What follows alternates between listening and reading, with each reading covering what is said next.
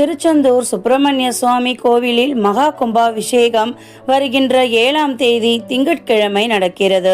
முருக கடவுள் தேவசேனாதிபதியாக வடிவெடுத்து தீமையின் வடிவிலான சூரபத்மனை சம்காரம் செய்த திருத்தலம். தமிழர்கள் இந்த நிகழ்வினை ஆண்டுதோறும் சம்கார திருவிழாவாக கொண்டாடி வருகின்றனர். முருகப்பெருமான் பழந்தமிழ் இலக்கியங்களில் சேயோன் என குறிப்பிடப்படுகின்றார். சங்க இலக்கியங்களிலும் சிலப்பதிகாரத்திலும் இது குறிப்பிடப்பட்டுள்ளது. இத்திருத்தலம் 2000 இருந்து 3000 ஆண்டுகள் முற்பட்டதாகும். இத்திருத்தலம் முருகப்பெருமானுக்கு கடற்கரை ஓரத்தில் அமைந்துள்ள ஓர் கோயில்.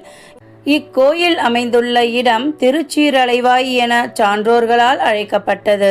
157 அடி உயரம் கொண்ட இக்கோயிலின் கோபுரம் 9 கலசங்களை கொண்டதாக அமைந்துள்ளது. முருகன் சூரனை வெற்றி பெற்று ஆட்கொண்டதால் இவர் செயந்திநாதர் என அழைக்கப்பெற்றார். பிற்காலத்தில் இப்பெயரே செந்தில்நாதர் என மருவியது. இந்த தலமும் திருஜெயந்திபுரம், அதாவது ஜெயந்தி என்றால் வெற்றி, ஆகவே திருஜெயந்திபுரம் என அழைக்கப்பெற்று திருச்செந்தூர் என மருவியது.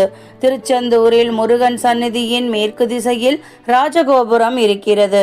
முருகப்பெருமான் இத்தலத்தில் கடலை பார்த்தபடி கிழக்கு நோக்கி காட்சியளிக்கிறார்.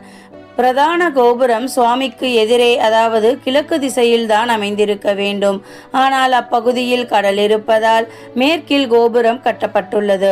முருகன் மூலஸ்தானத்தின் பீடத்தை விட இக்கோபுர வாசல் உயரமாக இருப்பதால் எப்போதும் அடைக்கப்பட்டே இருக்கிறது. மேலும் கந்தசஷ்டி நாளில் நடைபெறும் திருக்கல்யாணத்தின் போது மட்டும் இந்த வாசல் திறக்கப்படும் என சொல்லப்படும் நிலையில் பக்தர்கள் உள்ளே செல்ல அனுமதி கிடையாது. இதனிடையே வரும் 7ஆம் தேதி நடைபெற உள்ள கோயில் குடமுழுக்கு விழாவிற்காக இந்த மேற்கு வாசல் திறக்கப்பட்டு அதன் வழியே கலசங்களுக்கு புனித நீர் ஊற்றப்பட உள்ளது. ஓம் சரவண பவ.